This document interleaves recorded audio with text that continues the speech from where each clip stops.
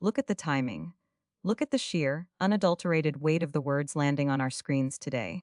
We are sitting here, in the middle of a day that feels like it's spinning on its axis, and Donald Trump has decided to drop what he is calling a historic agreement for the complete disarmament of Hamas and all other armed groups in Gaza.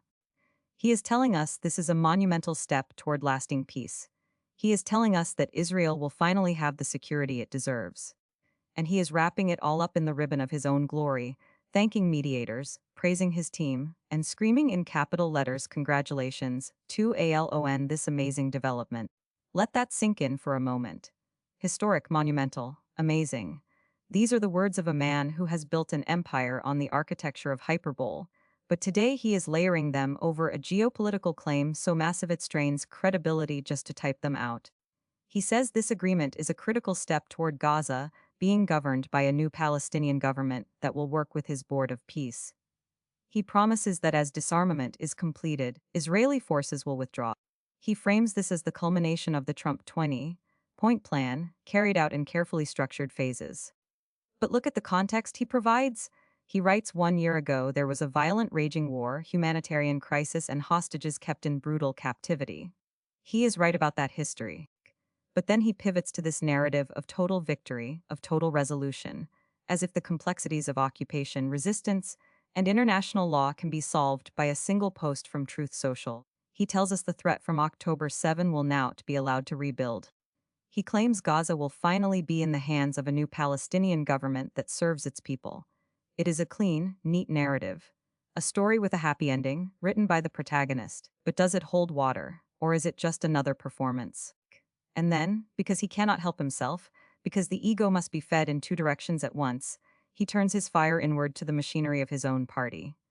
He posts about Todd Blanche. He calls him a star. He says Blanche has the potential to go down as one of the greatest attorney generals of all time. But there is a blockage. John Cornyn and Tom Tillis are refusing to vote for him. Trump claims their political careers have been ended by his actions, yet they still hold power over this nomination. So he issues a threat. He might withdraw Blanche's name temporarily until Cornyn and Tillis are out of office. He is leveraging the ambition of one man against the inertia of two senators. It is petty, it is personal, it is exactly what we expect. Now let's look at the tape. Let's look at what our measurement shows while this storm of rhetoric is being generated. DJT rose plus point some figure percent, landing in the some amount percentile. That is not a surge. That is not a rally. That is a whisper. The market is barely registering the historic breakthrough. It is moving its feet, barely, but it is not running. Bitcoin edged down minus point who knows how much percent, in the a number percentile. Bitcoin dip. Ethereum edged up plus point a big number percent, in the some figure percentile. Ethereum moved slightly up, a negligible shift. VIXI, the volatility index, edged down minus point some amount percent, in the who knows how much percentile. Fear is not spiking, it is receding slightly, or perhaps just ignoring the noise entirely.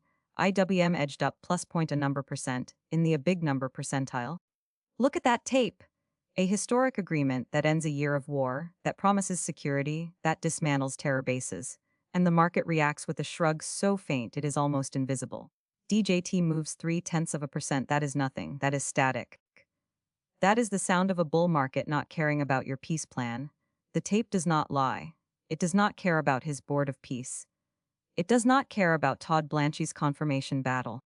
It registers the reality the world keeps turning, and the financial markets are moving with the precision of insects, barely blinking at the grand declarations. He links to a video of an announcement with the Secretary of Transportation, a mundane bureaucratic moment shared alongside claims of world-altering diplomacy. He wants us to connect the dots. He wants us to see the strength of his administration, the breadth of his influence, from Gaza to the Department of Transportation. But the tape tells a different story. The tape shows a market that is detached, indifferent, and utterly unconvinced by the spectacle. This is the disconnect. This is the chasm between the reality of power and the performance of it. He is shouting about disarmament, about new governments, about threats that will not be allowed to rebuild. He is threatening senators over a nominee. He is constructing a narrative of absolute control, but the market is just going about its business. DJT up 0.3, Bitcoin down 0.2, volatility down a number. These are the numbers of a day where nothing has actually changed for the people watching, despite the words being screamed from the highest digital podium in the world. He says this is a milestone. He says it was achieved when everybody said it could never be done. But look at the silence of the tape. Look at the lack of reaction. If this were truly the monumental shift he claims, if the geopolitical landscape had genuinely been recalibrated by his hand, would the market not roar?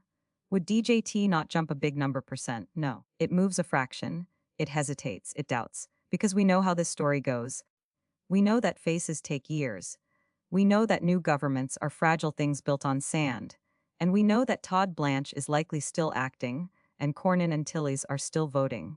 So here we are. Trump posts about peace. He posts about vengeance against senators. He posts about his own greatness. And the tape just measures the drift. DJT rose plus point some figure percent. Bitcoin edged down minus point some amount percent. Ethereum edged up plus point who knows how much percent. VIXI edged down minus point a number percent. IDUM edged up plus point a big number percent. The numbers are precise, they are exact, and they are utterly indifferent to his narrative. That is the truth of the day. Not the words he typed, but the silence that followed them. That's the show. We're on Spotify and YouTube. If this earned it, like, subscribe, tell a friend. And housekeeping, the machine that writes this gets tuned constantly for cleaner news. The numbers are real, the jokes are not.